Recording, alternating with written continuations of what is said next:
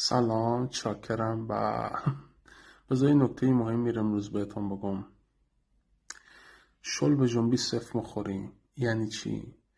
یعنی همه انسان های دنیا با ما خوبن، اما سادگی ما گرگ درون هر انسانی رو بیدار میکنه. هنوز نفهمیدم این یعنی چی. یعنی که اگه خواستی داخل بیزنسی وارد بشی، معامله‌ای و یا نشستی، سعی کن با قدرت وارد بشی، نه با ضعف. فکر نکن با نشون دادن ضعفت میتونی حس ترحم طرف مقابله بخری و فکر کنی که بهت رحم میکنه، چون این کار نمیکنه. پارت میکنه، به معنای واقعی کلمه پارت میکنه. اصلا به ابرقدرت های دنیا نگاه کن.